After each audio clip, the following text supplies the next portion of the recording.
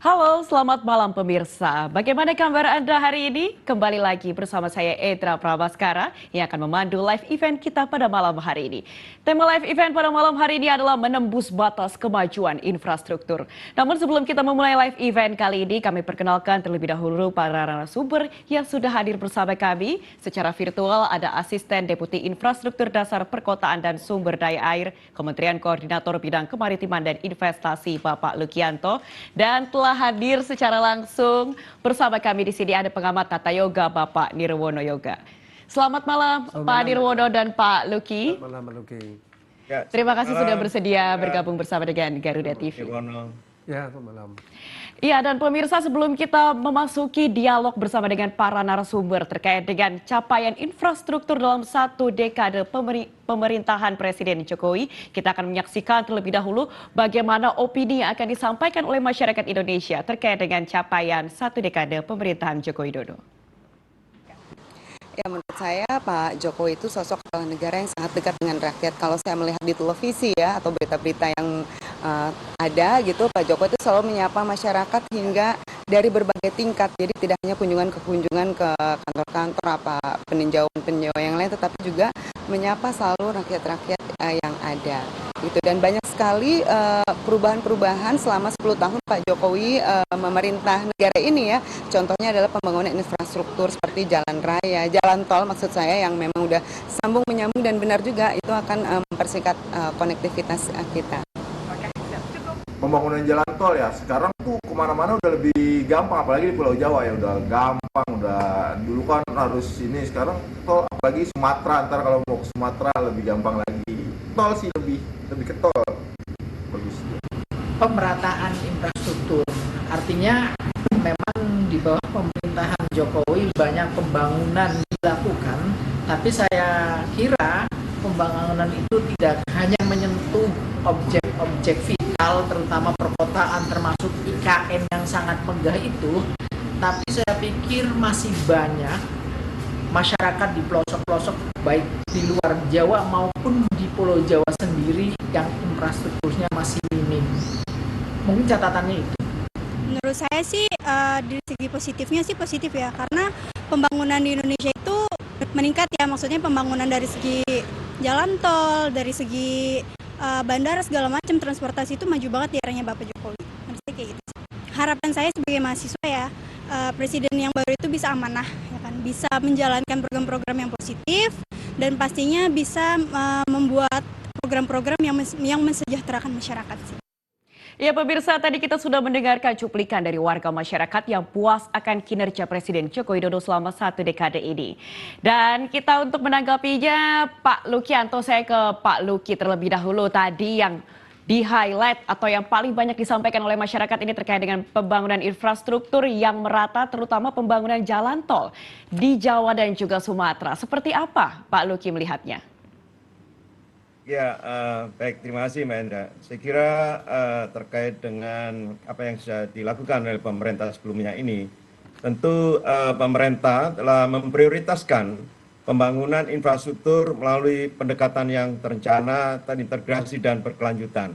Nah, kalau boleh kita tahu bahwa di dalam menetapkan infrastruktur sebagai fokus utama, ini diterapkan dalam rencana pembangunan jangka menengah nasional, melalui merger project dan penetapan berbagai proyek strategis nasional. Nah, fokus utama sebagaimana tadi disampaikan adalah pembangunan jalan, jembatan, bendungan, dan transportasi publik. Nah, ini jika kami dapat kategorisasikan, pertama adalah infrastruktur penunjang konektivitas, yang kedua infrastruktur ketahanan energi, dan infrastruktur kedaulatan pangan dan mitigasi bencana. Yang terakhir yang baru-baru ini diresmikan yaitu infrastruktur hilirisasi industri dan penunjang investasi. Saya kira itu Mbak Endra. Iya. Pak Luki, ini saya ke Pak Nirwono. Tadi sudah disampaikan oleh Pak Luki ada beberapa capaian infrastruktur, tidak hanya pembangunan jalan tol, tapi tadi masyarakat menyampaikan bahwa yang paling mereka rasakan itu adalah pembangunan jalan tol itu sendiri. Kalau menurut Pak Nirwono sebagai pengamat tata kota ini seperti apa? Apakah memang jalan tol ini yang paling dirasakan manfaatnya dari pembangunan kalau infrastruktur? dari era 10 tahun terakhir ya, memang yang paling fenomenal ada di jalan tol ya.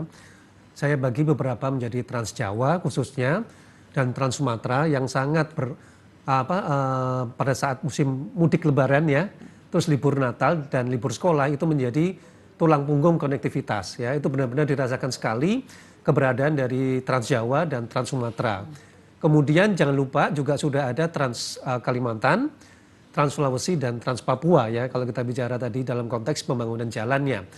Selain itu juga sudah ada jalan perbatasan yang membatasi antara Kalimantan dengan Malaysia, kemudian jalan perbatasan yang ada di Nusa Tenggara Timur dengan Timur Timur, dan juga jalan perbatasan dengan Papua dengan Papua New Guinea. Nah ini berarti kan pembangunan infrastruktur jalan khususnya itu melakukan konektivitas dari pusat sampai ke pedalaman ya, bahkan sampai yang terdepan, terluar dan terkecil ya yang ada di wilayah Indonesia. Nah ini juga menjadi catatan penting sekarang adalah misal tadi kalau kita bicara masyarakat bicara soal konektivitas dengan jalan tol, itu ada 3 PR Mbak Indra. Yang pertama tentu kita harapkan dengan adanya infrastruktur dari pusat tadi, bagaimana pemerintah daerah menangkap bolanya. Jadi mengoptimalkan infrastruktur tol yang sudah ada tadi untuk pertumbuhan ekonomi daerah, misal sebagai tujuan wisata, ya, logistik pertanian atau barang, ya, bahkan juga transportasi antar kota maupun antar daerah di sekitarnya. Itu yang menjadi PR pertama. Kemudian yang kedua, yang tidak kalah penting juga, yaitu konektivitas antara jalan tol dengan apa? Bandara, pelabuhan, ya, terus kemudian stasiun kereta api terdekat misalnya, supaya konektivitas tadi tidak terputus, gitu kan? Dan ketiga yang tidak kalah penting, tentu ini adalah masyarakat dapat menikmati langsung dari seluruh pembangunan infrastruktur yang sudah ada. Kita itu, Mbak Indra. Konektivitas ini menjadi penting dan tentunya juga penting tadi disampaikan oleh Pak Nirwono, bagaimana pemerintah daerah ini harus bisa memanfaatkan secara optimal. Ya. Dari Pak Luki sendiri, bagaimana sosialisasi dan juga komunikasi yang dilakukan dengan pemerintah daerah agar dari pemerintah pusat infrastruktur yang sudah dibangun ini bisa dimanfaatkan secara optimal?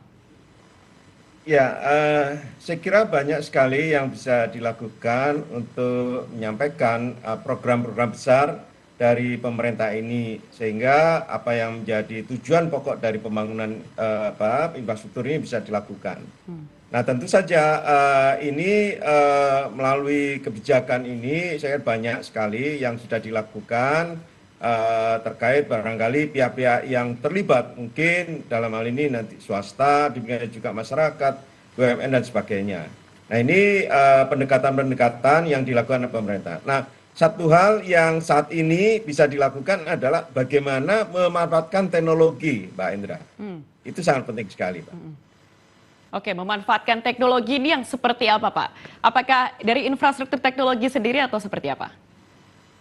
Ya, ketika kita berbicara sosialisasi, tentu media ini dapat kita manfaatkan untuk mencapaikan tujuan dari pembangunan infrastruktur itu sendiri.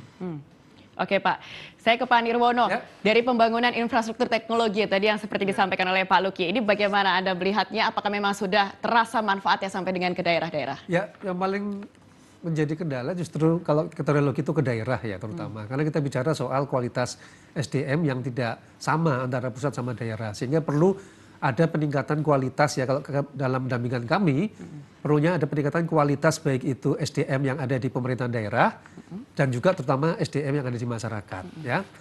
Gunanya apa? Gunanya dapat mengoptimalkan sebenarnya ya seluruh pembangunan infrastruktur yang sudah ada di masing-masing daerah. Misal nih kalau kita lihat ya, Presiden Pak Jokowi selalu kalau ke daerah itu berkunjungnya ke pasar ya. Di dalam 10 tahun terakhir ini saya melihat hampir sebagian besar pasar-pasar tradisional sudah direvitalisasi ya. Bahkan sekolah juga sudah direvitalisasi, rumah sakit juga sudah. Nah, dalam konteks pasar misalnya, saya masih ingat mengapa Pak Jokowi kalau ke daerah selalu ngecek pasar nih, Mbak. Ternyata salah satunya adalah mengecek harga pasar yang bagaimana masyarakat mendapatkan harga tadi dengan murah ya. Tidak terjadi inflasi di masyarakat. Nah, itu kuncinya di mana? Ada di konektivitas ya. Dengan infrastruktur jalan yang mulus, yang bagus, tentu logistik barang kan lebih mudah, barang menjadi lebih murah. Nah ini menjadi catatan supaya masyarakat juga bisa mengoptimalkan teknologi tadi juga dalam pengembangan infrastruktur di daerah-daerah.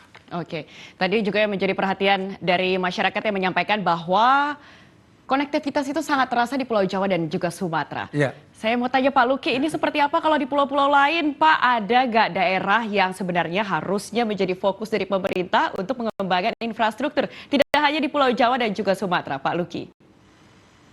Ya, saya kira tadi yang sampaikan tadi sepakat Pak, banyak sekali PR-PR yang harus dilakukan oleh pemerintah dalam ini, tidak hanya Jawa ataupun Sumatera.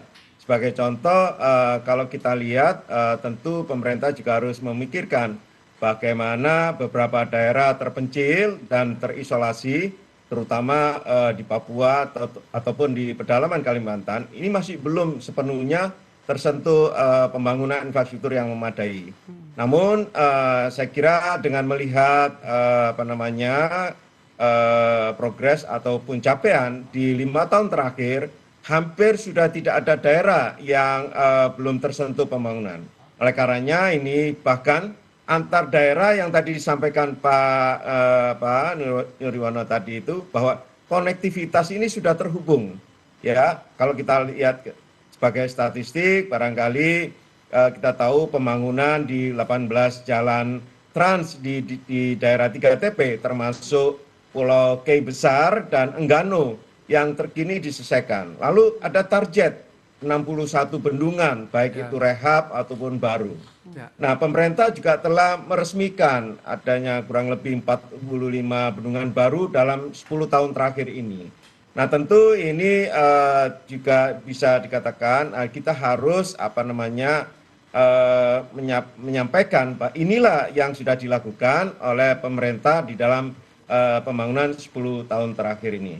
Nah, kecepatan di dalam pembangunan dengan integrasi simpul-simpul pertumbuhan ekonomi ini pun dalam rangka untuk menggenjot ketahanan pangan yang telah dimulai dibuka perluasan lahan serta produksi pangan yang akan dilanjutkan di dalam pemerintahan berikutnya. Saya kira itu Mbak Ira. Oke baik Pak, ini ada banyak sekali dan ini menjadi diskusi yang sangat menarik. Tadi kita baru bahas dari satu sisi konektivitas, tapi ada juga infrastruktur lain yang masih akan kita bahas lebih lanjut. Tapi jeda dulu pemirsa, kita akan membahasnya lebih lanjut dalam diskusi. Usai jeda berikut ini tetaplah bersama kami di live event Legacy 1 Dekade Presiden Joko Widodo.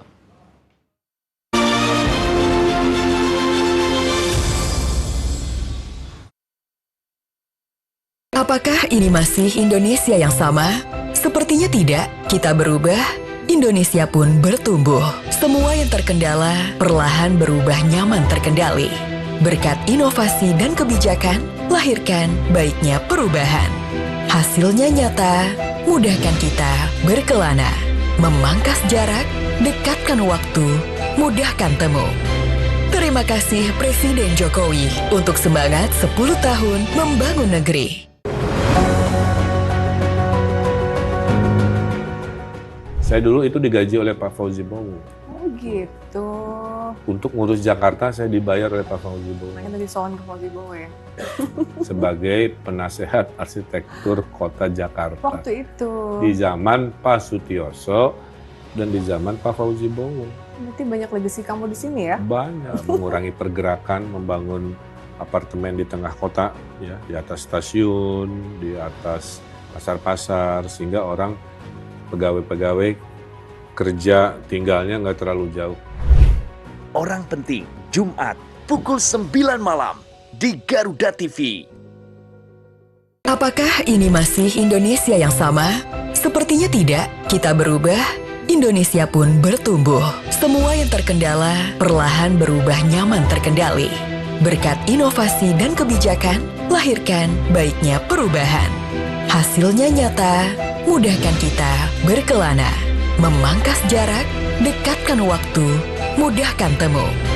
Terima kasih Presiden Jokowi untuk semangat 10 tahun membangun negeri.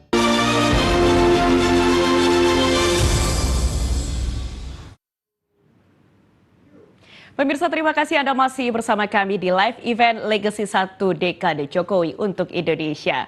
Kita akan melanjutkan diskusi kita bersama dengan dua narasumber yang sudah hadir bersama dengan Garuda TV. Tapi sebelumnya pemirsa, kita akan menyaksikan terlebih dahulu video singkat terkait dengan capaian infrastruktur dari Presiden Joko Widodo.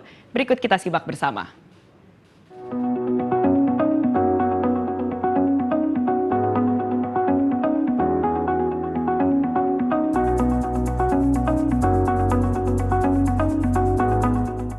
Selama masa kepemimpinan Presiden Joko Widodo, Indonesia mengalami kemajuan pesat di sektor infrastruktur.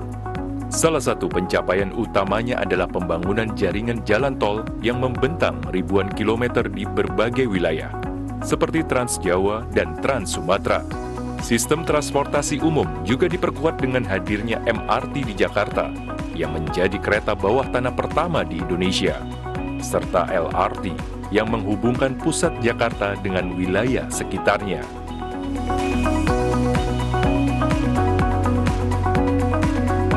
Proyek Kereta Cepat Indonesia (KCIC) yang menghubungkan Jakarta dan Bandung merupakan bagian dari upaya mempercepat mobilitas dan meningkatkan konektivitas antar wilayah. Pembangunan infrastruktur ini diharapkan mampu mendukung pertumbuhan ekonomi dan mempercepat pemerataan pembangunan di seluruh Indonesia. Tidak hanya di sektor transportasi, pembangunan infrastruktur juga merambah sektor energi, telekomunikasi, dan air. Proyek strategis seperti pembangunan bendungan dan pembangkit listrik berskala besar meningkatkan ketersediaan energi, mendukung keberlanjutan industri dan memperkuat daya saing Indonesia di tingkat internasional. Bagi masyarakat, infrastruktur ini mempercepat mobilitas, memudahkan akses terhadap layanan kesehatan, pendidikan, dan ekonomi, serta menciptakan peluang kerja baru, terutama di wilayah terpencil. Dari perspektif negara, pembangunan ini memperkuat daya saing ekonomi, menarik investasi, serta mendorong pertumbuhan ekonomi yang lebih merata, menjadikan Indonesia lebih tangguh dan terhubung secara nasional maupun global.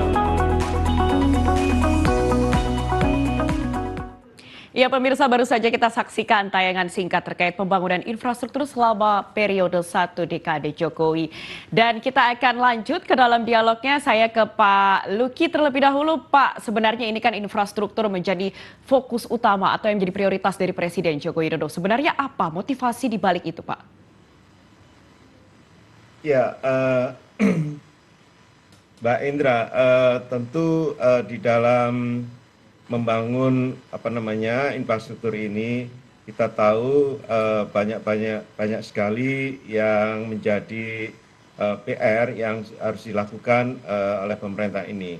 Nah, tentu ketika pemerintah menetapkan infrastruktur ini sebagai fokus utama di dalam rencana pembangunan jangka menengah, termasuk pembangunan PSN-nya, sekali lagi Mbak Indra.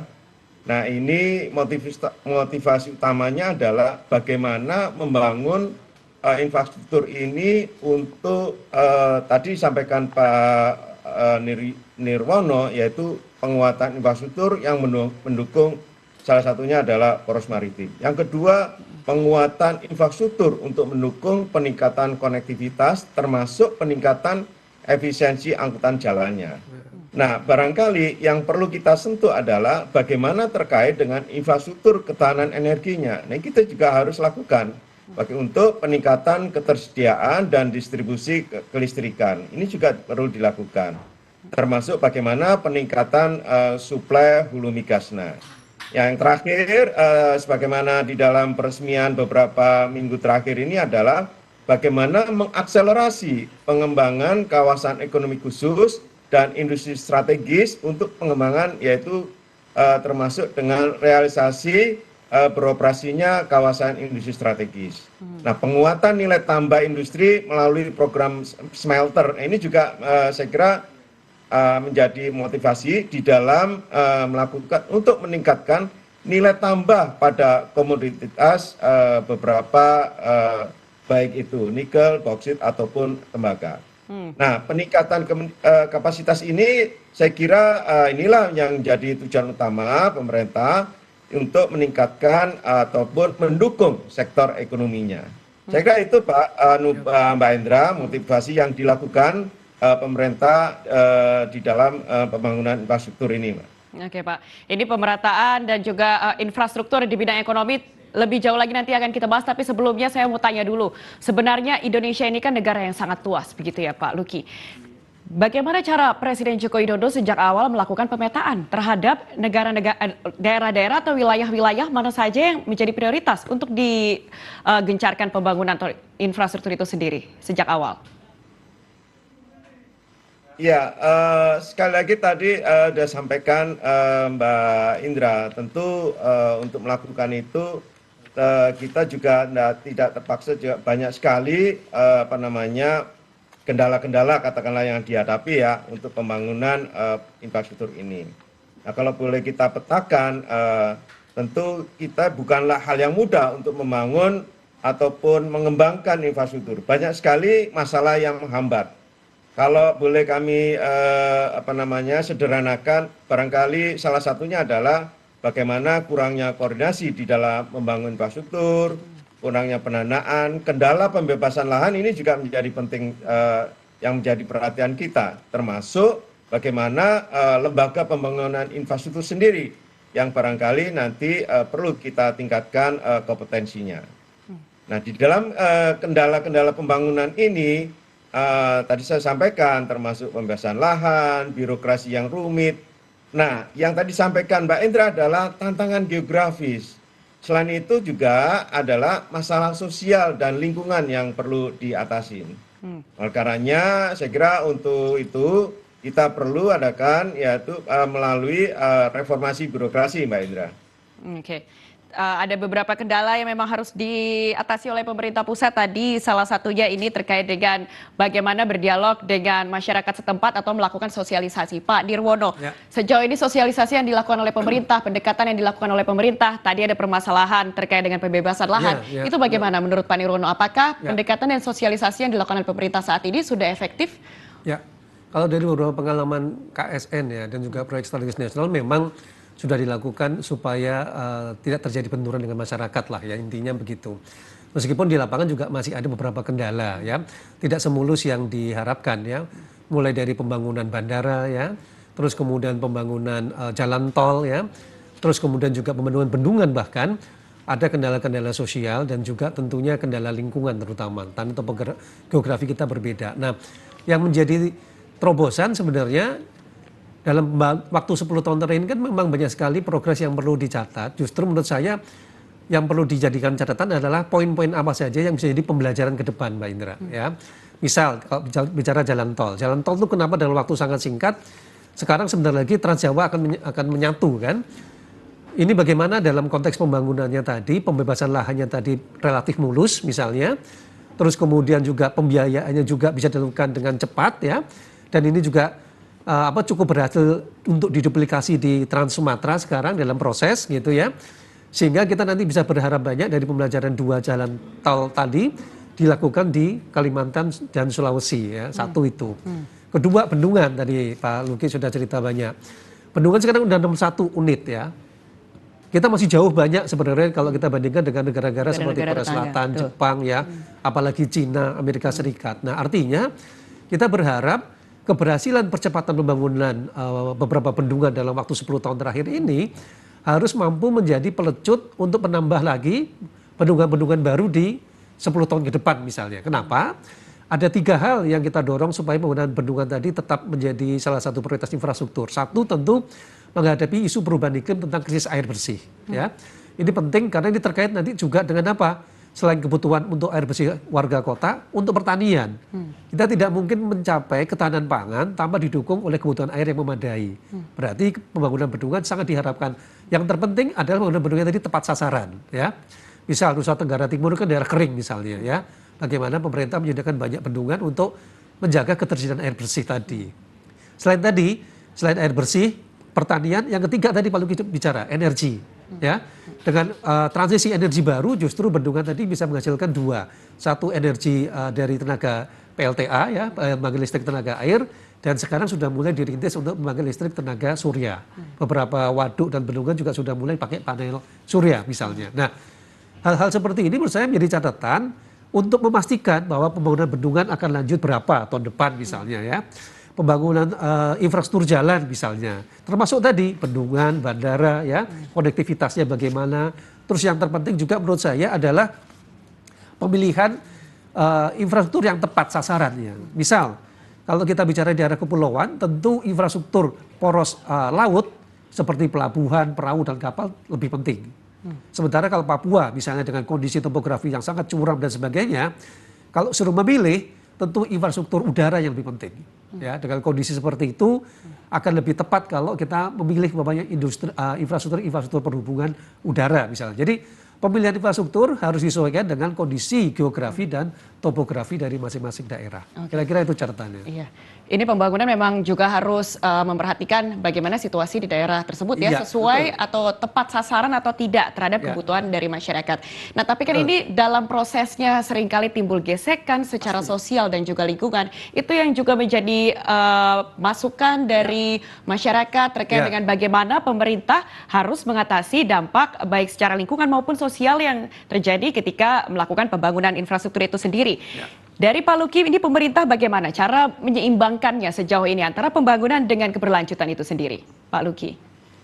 Ya, Mbak Indra, tentu setelah mengetahui apa saja yang menjadi pokok masalah di dalam pembangunan dan pengembangan di infrastruktur ini, barangkali ada beberapa cara yang dapat digunakan untuk mengatasi solusinya. Yang pertama, tadi yang kita agak singgung adalah bagaimana memperbaiki kerjasama antar lembaga. Nah, dengan baiknya kerjasama yang dilakukan antar lembaga ini tentu akan sangat membantu di dalam membangun ataupun mengembangkan infrastruktur di Indonesia. Nah, tentu dengan kondisi yang baik, tentu pula bahwa pekerjaan dapat dilakukan oleh suatu lembaga tidak akan bertabrakan atau beroverlapping dengan lembaga yang lain. Yang kedua adalah bagaimana kita merencanakan pembangunan infrastruktur ini secara matang. Nah, sebelum memulai untuk membangun infrastruktur, perencanaan yang matang, koordinasi yang baik antar stakeholder, ini harus menjadi concern utama kita. Nah, perencanaan ini tidak hanya berhubungan dengan masalah-masalah yang tadi kita kemukakan, yang kita jabarkan tadi, tetapi juga berhubungan dengan pembiayaan di dalam pembangunan infrastruktur sendiri. Tadi juga sempat disinggung bagaimana mengajak keterlibatan masyarakat.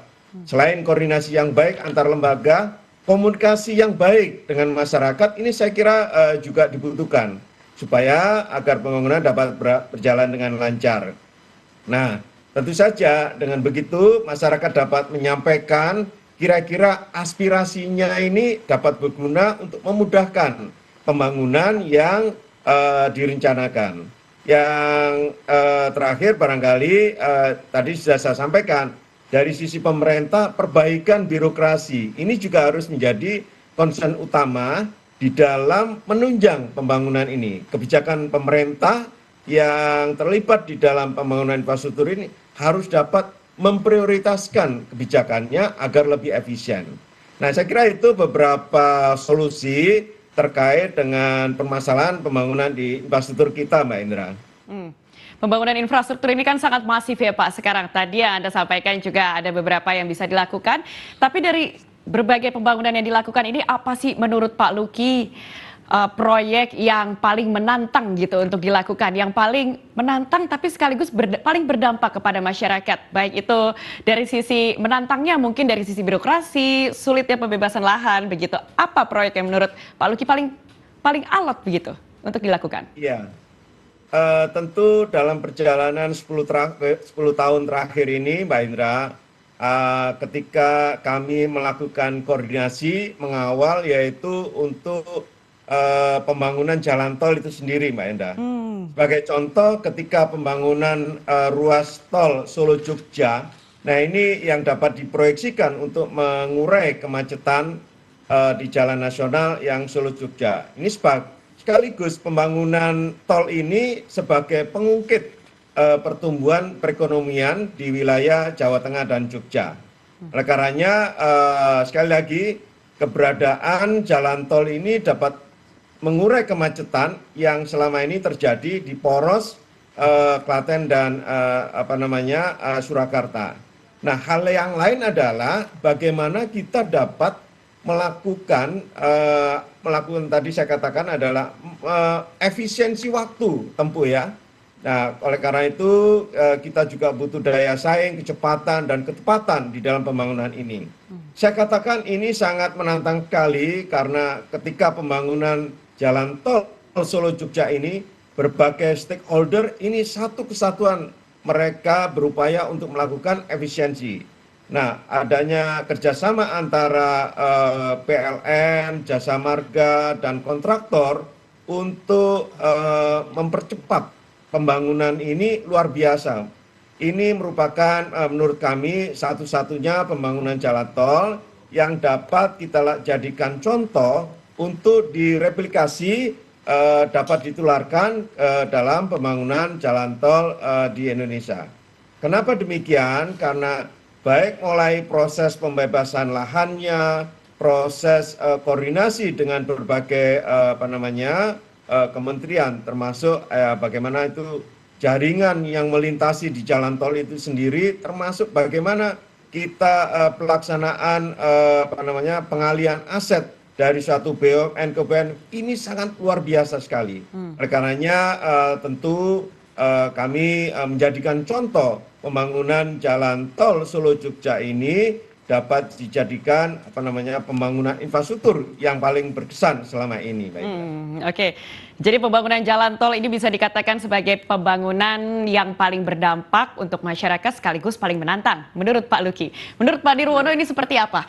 Adakah kemungkinan juga di lapangannya ini kan pasti akan ada gesekan di antara masyarakat ketika masyarakat dipisah menjadi dua area ketika jalan tol itu dibangun di tengahnya. Apakah menurut Pak Nirwono ini juga menjadi yang paling menantang atau ada yang lain lagi? Kalau yang di Jawa khususnya Trans Jawa ya, saya menemukan paling tidak ada 3 masalah utama yang nanti juga bisa menjadi pembelajaran ya. Pertama kan tadi secara lingkungan jalan tol tadi kan melewati sawah ya dan melewati perkebunan. Otomatis ini juga terkait bahkan ada melewati hutan juga ya, terutama yang terbaru yang mengarah ke Banyuwangi. Ini juga menjadi catatan terhadap antisipasi terhadap mitigasi lingkungan. Nah, kedua mitigasi sosial ya. Beberapa lokasi jalan tol ini kan membelah kawasan perkampungan ya, sehingga membelah juga sosial budaya yang tadinya guyup menjadi terpisah oleh jalan. Ini juga menjadi catatan yang menjadi pembelajaran ke depan. Terus yang ketiga yang tidak kalah penting adalah tadi dengan adanya Trans Jawa ya, ini ternyata seperti pisau bermata dua ya, pedang bermata dua. Maksudnya apa? Di satu sisi tadi Pak Luki cerita ini kita menjadi cepat, bahkan Jakarta Semarang cuma 5 jam, Jakarta Surabaya tidak lebih dari 10 jam, ini luar biasa untuk menghemat waktunya. Tetapi ini juga harus diantisipasi kota-kota yang dulu dilalui oleh jalan Pantura ya, yang dulu dikenal dengan Pantura ini, sekarang kan sudah bergeser ke jalan tol Trans Jawa. Nah, dampaknya apa? Dampaknya yang harus diwaspadai adalah perekonomian di kota kabupaten yang tidak dilalui oleh Trans Jawa tadi itu, di mana yang dulu merupakan Pantura, lambat laun bisa dalam tanda petik pertumbuhan ekonominya turun ya.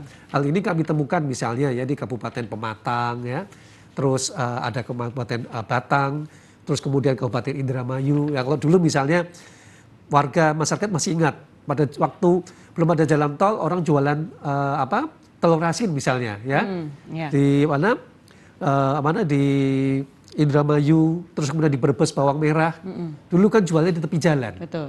Begitu ada tol, mereka harus bergeser ya, harus harus jualan di rest area tol ya. Yang notabene jauh harganya jadi lebih mahal ya. Belum sistem logistiknya begitu. Nah, otomatis ini kan terjadi pergeseran. Satu, kedua ekonomi wisata. Ya, wisata, bisa wisata alam, wisata kuliner misalnya ya. Kalau dulu orang di Pantura tinggal mampir berhenti, dia harus keluar masuk dari tol misalnya. Nah, ini juga perlu diantisipasi karena kalau tidak justru kota-kota ini nanti akan tinggal cerita satu. Kedua yang juga menjadi catatan adalah tata ruangnya. Begitu jalan tolnya jadi, ini ternyata tata ruang di sepanjang jalan tol ini berubah. Terutama di titik-titik keluar masuknya jalan tol, paling banyak dimunculkan adalah kawasan industri ya, yang otomatis akan merubah struktur dari tata ruang di sekitarnya. Nah, bagaimana pemerintah daerah mengendalikan perubahan tata ruang di sepanjang jalan tol. Ini contoh kasus yang kita temukan di Trans Jawa yang tidak tertutup kemungkinan bisa terjadi di lokasi-lokasi lain. Oke, baik, banyak sekali hal menarik yang bisa kita soroti dari pembangunan infrastruktur di pedesaan dan nanti juga akan kita bahas terkait dengan pembangunan infrastruktur di perkotaan. Tapi pemirsa kita harus jeda terlebih dahulu, tetaplah bersama kami di live event 1 Dekade Jokowi untuk Indonesia.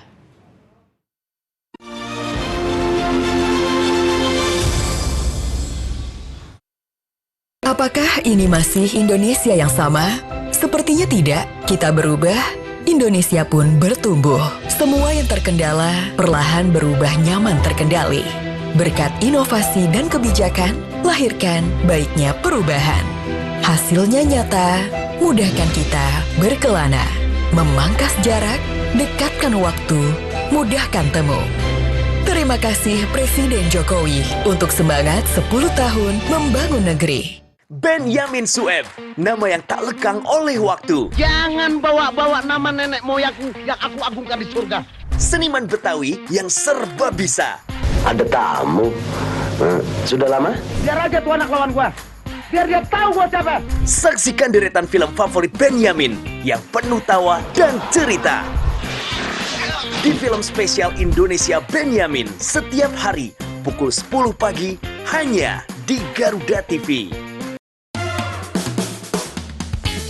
Siap-siap dibikin ngiler sama Rahmat Ababil. Icip-icip makanan yang tentunya mengguncang selera. Biar makin asik, masyarakat sekitar diberi tantangan sambil bagi-bagi makanan. Borong-borong, nolongnya gak pernah bohong. Setiap hari pukul 11 malam hanya di Garuda TV.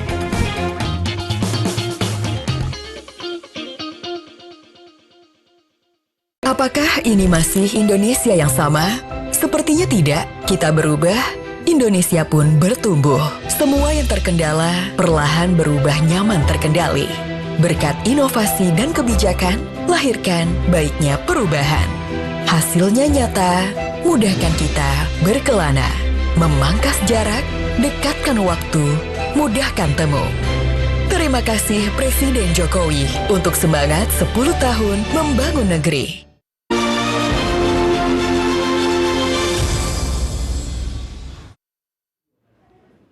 Pemirsa, terima kasih Anda masih bersama kami di live event Legacy 1 Dekade Jokowi untuk Indonesia. Tadi kita sudah membahas bagaimana pembangunan infrastruktur dan permasalahannya di pedesaan dan juga di berbagai daerah di Indonesia. Dan kita akan lanjut membahas nih seperti apa gaya kepemimpinan ala Jokowi. Tapi sebelumnya kita akan saksikan tayangan singkat berikut ini.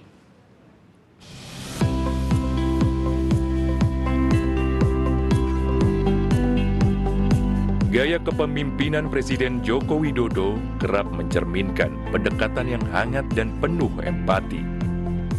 Selain sering memberikan sepeda sebagai hadiah dalam acara kuis tanya jawab yang melibatkan masyarakat, ia juga menunjukkan keterbukaan terhadap berbagai elemen masyarakat dengan sering berinteraksi langsung, mendengar aspirasi, dan hadir di tengah-tengah mereka.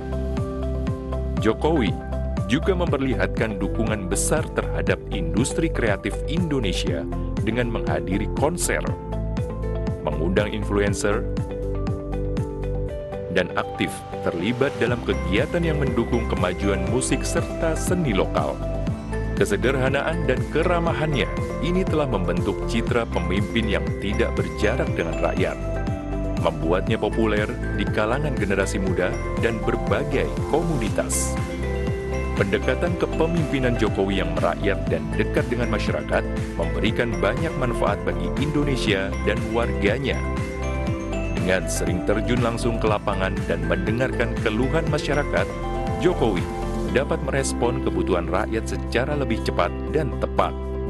Sikap ramah dan terbukanya terhadap berbagai lapisan, termasuk dunia kreatif dan kaum muda, memperkuat rasa persatuan serta meningkatkan partisipasi masyarakat dalam pembangunan. Dukungan terhadap sektor kreatif seperti musik dan seni juga memacu pertumbuhan industri kreatif Indonesia, memberikan peluang kerja, dan memperkuat identitas budaya nasional.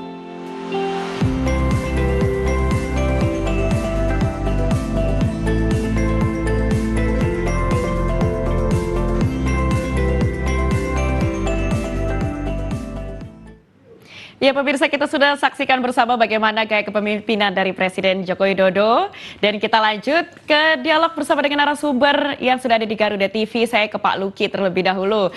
Pak Luki, Jokowi ini kan sering diasosiasikan sebagai presiden dengan gaya kepemimpinan yang unik. Tadi kita sudah menyaksikan juga Pak Jokowi ini gayanya nyentrik, Dan kemudian ini suka dibilang out of the box begitu. Suka nonton konser, mulai dari Slank sampai Metallica ya Pak ya. Kita sudah sama-sama lihat. Kemudian kalau pidato ini juga sudah sering menyelipkan unsur-unsur budaya pop. Misalnya mengutip film Avengers Endgame dan juga suka naik motor gitu. Sebenarnya apa sih pesan yang ingin disampaikan dari gaya kepemimpinan Pak Jokowi yang nyentrik itu? Pak Luki. Ya, saya kira kita sepakat Pak Jokowi ini telah menonjolkan pendekatan kepemimpinan yang unik, yang dekat dengan masyarakat. Nah, kalau tadi disampaikan ada berbagai bergabung dengan masyarakat dan sebagainya, satu hal Mbak Indra, kita jangan lupa bahwa Pak Dala mempunyai ciri khas yang mencolok ya. Mungkin adalah kita lihat ada belusukan ya. Belusukan, Nah, betul di mana Pak. Pak Jokowi ini secara langsung turun ke lapangan untuk mendengarkan keluhan dan aspirasi langsung dari masyarakat. Oleh karenanya, apa yang dilakukan Pak Jokowi ini memang berfungsi untuk mendengarkan langsung kebutuhan masyarakatnya. Namun demikian, kita tahu bahwa sebagian besar proyek pembangunan ini sudah dipetakan sebelumnya. Sehingga melalui berbagai perencanaan, telah monitoring dan sebagainya, tentu ini kita dapat melakukan monitoring evaluasi. Dalam konteks Pak Jokowi ini, konsep ini jelas terlihat melalui pendekatan ini, mendengarkan keluhan langsung dari masyarakat dan berusaha menyelesaikan permasalahan mereka. Nah ini tentu gaya ini berbeda dari kepemimpinan konvensional yang sering dianggap lebih kaku dan berjarak. Saya kira itu, Mbak Indra. Iya, gayanya nyentrik. Tadi selain suka nonton konser, tapi juga lebih ditekankan kepada Pak Jokowi yang suka belusukan, mendengarkan langsung aspirasi dari masyarakat. Pak Nirwono, dengan gaya Pak Jokowi yang nyentrik ini, apakah juga tercermin dalam inovasi tata kota dan juga pembangunan yang dilakukan di lingkup perkotaan? Kalau kita merunut dari sejak beliau masih wali kota Solo ya, sampai dengan gubernur Jakarta dan menjadi presiden, terlihat sekali dalam konteks tata kota ya. Paling tidak saya mencatat 3 tadi. Yang pertama pasar ya. Beliau dimanapun berada, rasa-rasanya hampir seluruh pasar rakyat tradisional di Indonesia sudah dikunjungi didatangi Pak Jokowi. oleh beliau. Iya, betul. Selain komitmennya melakukan revitalisasi pasar tadi menjadi lebih modern, juga beliau melihat bahwa pasar itu merupakan jantung ekonomi rakyat. Jadi kalau ingin mengetahui kondisi rakyat, sebenarnya justru ada di pasar. Itu yang pertama yang tidak hilang sejak di Solo sampai sekarang ya. Pada waktu di Solo bahkan memindahkan pedagang itu ya ke pasar itu juga tanpa harus menggusur. Itu juga menjadi salah satu cerita klasiknya Pak Jokowi dalam menata kota. Kedua, yang tidak kalah penting, dekat dengan masyarakat tadi, terutama dengan anak muda, yaitu membangun ruang-ruang kota ya, yang menarik ya. Kalau zaman sekarang mungkin lebih sebutnya Instagramable sekarang gitu, ya. Bagaimana dari kota sampai ke tempat-tempat wisata, Pak Jokowi mencoba membangun wajah baru dari perkotaan di Indonesia. Mungkin itu bagian dari pendekatan juga ke masyarakat ya, atau apa? Seperti pendekatan masyarakat, tapi untuk anak muda terutama ya. Ya, karena kita tahu sekarang anak muda ini kan mainnya di medsos ya, di mana lokasi-lokasi yang Instagramable itu menjadi salah satu ciri khasnya Pak Jokowi misalnya. Bahkan beberapa lokasi tempat wisata yang saya kunjungi yang kebetulan pernah dikunjungi oleh Pak Jokowi, tempat duduknya jadi Mbak, itu jadi salah satu spot foto. Iya, bahwa di situ pernah duduk Pak Jokowi, itu menjadi salah satu daya tarik bagi wisatawan. Dan anak muda juga menjadi salah satu contoh bagaimana mereka bisa memenuhi apa yang diinginkan oleh anak muda. Nah, terus yang ketiga yang tidak kalah penting, yang rasa-rasanya ini agak sulit kalau ini akan kita dapatkan lagi di presiden yang terpilih nanti, yaitu bagaimana keluasan beliau ya dalam melayani masyarakat ya, pada saat berada dimanapun ya, kedekatan itu sangat terasa. Dan ini menurut saya yang agak berbeda nanti yang akan kita lihat di presiden terpilih, cara gaya kepemimpinannya Pak Jokowi ini. Nah kira-kira itu sebenarnya. Oke, jadi gaya nyentrik ini terbukti secara efektif bisa menjadi ajang pendekatan begitu ya untuk masyarakat, tapi tidak hanya masyarakat secara umum, tapi juga secara khusus kepada kaum muda. Ya, nah, apakah gaya kepemimpinan yang nyentrik dan juga populis ini Pak nantinya bisa menjadi benchmark atau menjadi tolok ukur untuk presiden berikutnya ketika melakukan pendekatan begitu Pak? Pak Luki. Ya, saya kira setiap pemimpin mempunyai gaya kepemimpinan masing-masing, Mbak Indra. Tentu Kalau sekali lagi bahwa terkait dengan pembangunan infrastruktur ini, yang penting kan sebetulnya bagaimana tujuan pembangunan ini dapat tercapai. Saya kira hal-hal yang wajar, setiap pemimpin mempunyai gaya kepemimpinan sendiri-sendiri gitu. Saya kira itu Mbak Indra. Oke, seperti apa nantinya pesan yang bisa ditangkap oleh masyarakat Pak terkait dengan gaya Jokowi yang suka belusukan, begitu pakai jaket bomber, masuk ke pasar-pasar. Ini nantinya akan berpengaruhkah terhadap respon masyarakat terhadap pembangunan yang sudah dilakukan oleh Pak Jokowi?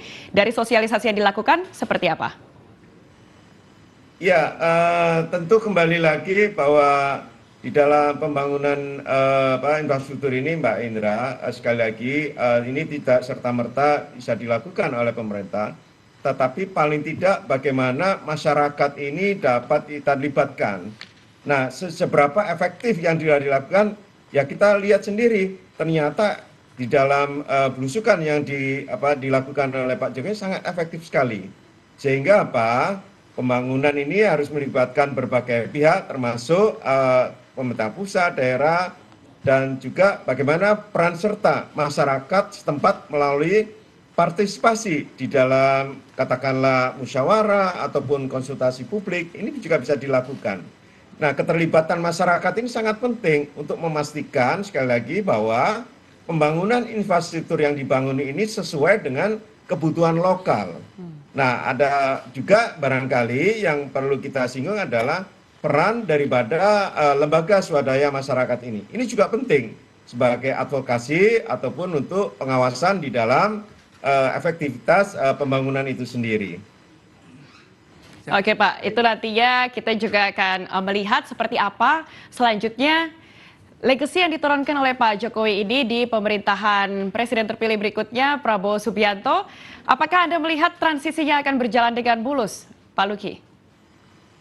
Ya, saya kira melihat perkembangan dinamika pemerintah yang ada, tentu ini kalau kami boleh berpendapat, ini saya kira akan dilakukan transisi dengan mulus. Nah, walaupun demikian masih kita tahu terkait dengan pembangunan infrastruktur ini masih banyak sekali yang harus dilakukan untuk meneruskan pembangunan infrastruktur yang sudah dilakukan oleh Presiden terdahulu. Nah, sebagai contoh banyak sekali PR program besar yang perlu dilanjutkan. Nah, kita tahu bahwa di dalam media pemberitaan yang disampaikan Bapak Presiden terpilih, kita akan tentunya pemerintahan yang datang ini mendukung program-program besar dari rencana kerja pemerintah yang baru. Nah, kalau boleh kami kutip beberapa pembangunan yang barangkali bisa dilanjutkan, yaitu termasuk pembangunan proyek strategis nasional infrastruktur, yaitu pembangunan jalan tol Gede Bage, Tasikmalaya, Cilacap, yang bisa disingkat menjadi Getaci. Ya, ini digadang-gadang bakal menjadi tol terpanjang di Indonesia, Mbak Indra. Nah, kalau kita tahu bahwa sebagai informasi, tol Getaci ini didesain memiliki panjang kurang lebih 200 km ya, yang menghubungkan dua provinsi yaitu Jawa Barat dan Jawa Tengah. Di samping itu juga barangkali pembangunan tol yang perlu dilanjutkan, yaitu jalan tol Gilimanuk-Wengwi yang ada di Bali, yang sebelumnya bahkan sudah dilakukan groundbreaking. Nah, saya yakin bahwa Bapak Presiden yang baru akan melanjutkan ini semua. Nah, tentu sekali lagi di samping pembangunan jalan tol, tadi disampaikan oleh Pak Nirwono juga, bagaimana pembangunan ini dapat dilakukan untuk salah satunya diberikan contoh pembangunan di bidang sumber daya air. Pembangunan di bidang sumber daya air. Oke, baik Pak, kita akan membahas lebih lanjut terkait dengan bagaimana pembangunan dan juga warisan dari Pak Jokowi dan harapan untuk pemerintahan mendatang. Namun kita harus jeda terlebih dahulu, tetaplah bersama kami di Legacy 1 Dekade Jokowi untuk Indonesia.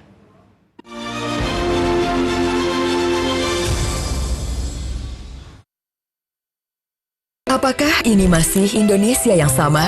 Sepertinya tidak, kita berubah, Indonesia pun bertumbuh. Semua yang terkendala perlahan berubah nyaman terkendali. Berkat inovasi dan kebijakan, lahirkan baiknya perubahan.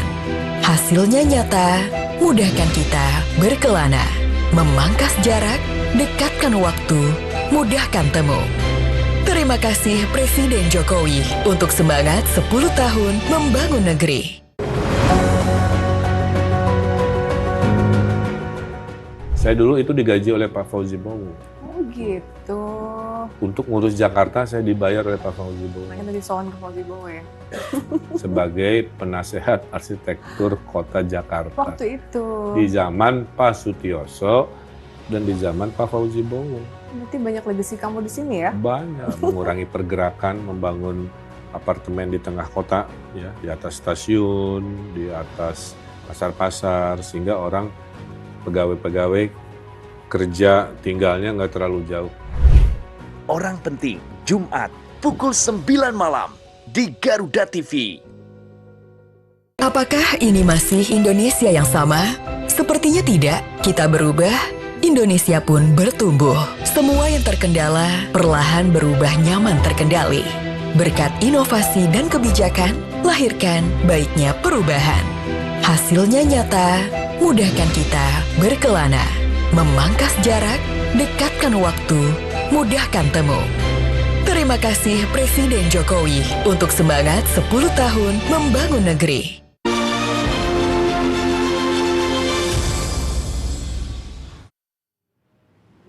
Pemirsa, terima kasih Anda masih bersama kami di Legacy 1 Dekade Jokowi untuk Indonesia.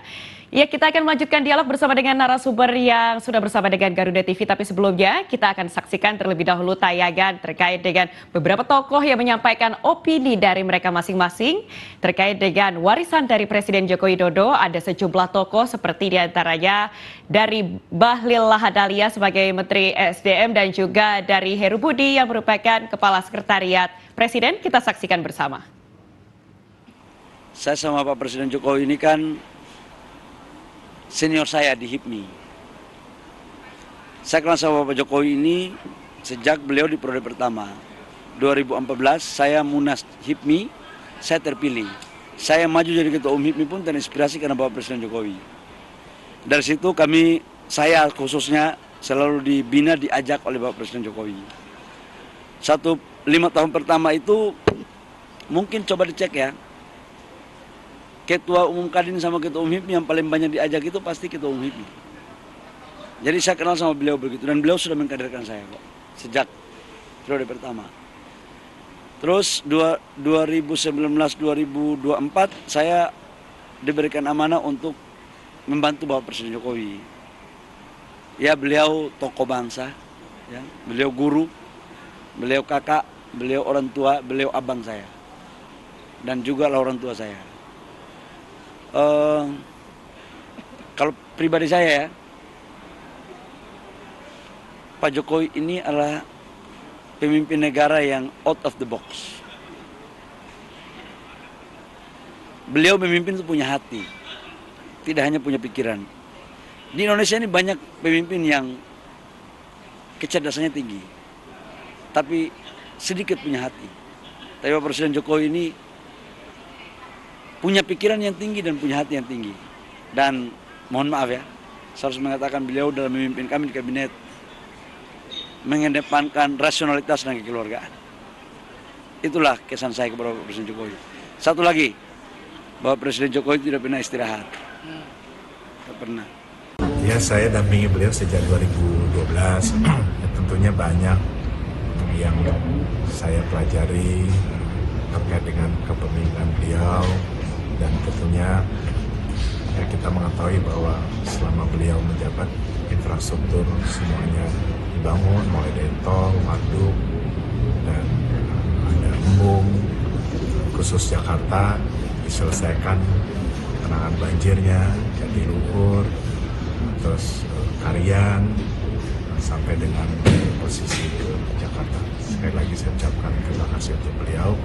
Ya pemirsa, tadi kita sudah saksikan bersama opini sejumlah tokoh terkait dengan capaian dan juga warisan atau legacy yang ditinggalkan oleh Presiden Joko Widodo. Kita lanjutkan diskusi kita.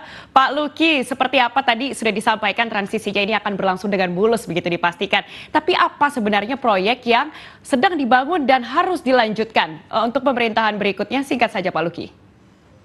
Ya, kembali lagi tadi saya sampaikan Mbak Indra, jadi ada beberapa proyek besar yang harus dilanjutkan. Tadi sudah saya di awal sampaikan, yaitu pembangunan jalan tol Gede Bage, Tasikmalaya, Cilacap, yaitu yang 200 km. Berikutnya juga jalan tol yang ada di Gilimanuk, Mangni. Nah, tentu di samping itu termasuk pembangunan di bidang sumber daya air untuk mendukung ketahanan pangan, yaitu melalui pembangunan bendungan. Di awal tadi Pak Nirwono sudah menyampaikan kita itu sangat ketinggalan ya. Cina kurang lebih ada hampir 100 bendungan. Nah, 100.000 bendungan. Kita itu dengan capaian 10 terakhir ini barangkali hampir 60 bendungan yang dibangun dalam 10 tahun. Nah, kelihatannya banyak padahal sangat kurang. Kalau kita mau lihat berapa persen sih layanan imigrasi yang dipenuhi, saya kira tidak kurang dari 20%. Sehingga kami berharap tentunya di dalam pemerintahan berikutnya ini pembangunan infrastruktur ini dapat dilanjutkan melalui pemerintahan Pak Prabowo ini. Meskipun nanti barangkali programnya bukan katakanlah bukan program strategis nasional. Nah, pemerintah baru diharapkan dapat melanjutkan mulai dari transportasi publik, infrastruktur digital, pengembangan energi terbarukan, termasuk pembangunan wilayah yang terpencil, Bu. Ini untuk meningkatkan aksesibilitas dan kesejahteraan masyarakat melalui infrastruktur yang terintegrasi, baik itu di wilayah pesisir maupun di kawasan 3T. Yang bisa dilakukan adalah bagaimana melalui pembangunan infrastruktur, yaitu yang sudah dilakukan, yaitu pembangunan infrastruktur melalui nature based solution. Ini adalah bisa dilakukan, Mbak Indra. Yang akan dilanjutkan menurut Pak Luki adalah pembangunan jalan tol dan juga sumber daya air, infrastruktur di dua bidang tersebut. Dari Pak Nirwono seperti apa? Singkat saja, apakah justru fokusnya di pembangunan melanjutkan ibu kota negara? Atau seperti apa menurut Pak Nirwono? Singkat saja, Pak. Ya, yang tadi sudah disebutkan ya, selain infrastruktur tadi itu ya, jalan tol sama bendungan, infrastruktur digital wajib. Ini udah tidak bisa ditawar ya, infrastruktur digital tadi. Infrastruktur energi baru terbarukan wajib ya, karena sekarang transisinya sudah harus mengarah ke sana. Jadi ini penting sekali terkait dengan pengembangan Indonesia yang bebas dari emisi misalnya ya. Terus yang ketiga yang tidak kalah penting juga yaitu infrastruktur kualitas sumber daya manusia. Ini paling penting karena bagaimana juga ini akan saling terkait. Nah, pembangunan kita mau melompat seperti apa kalau infrastruktur kualitas sumber daya manusia kita tidak juga ditingkatkan, justru itu akan menghambat perkembangan infrastruktur lainnya. Selain infrastruktur fisik yang perlu juga menjadi fokus dari pemerintahan berikutnya, Presiden terpilih Prabowo Subianto adalah pembangunan infrastruktur kualitas sumber daya manusia. Baik. Pemirsa, demikian live event pada malam hari ini. Kami berharap di pemerintahan mendatang dapat melanjutkan pembangunan infrastruktur agar adanya peningkatan pemerataan kesejahteraan di seluruh Indonesia.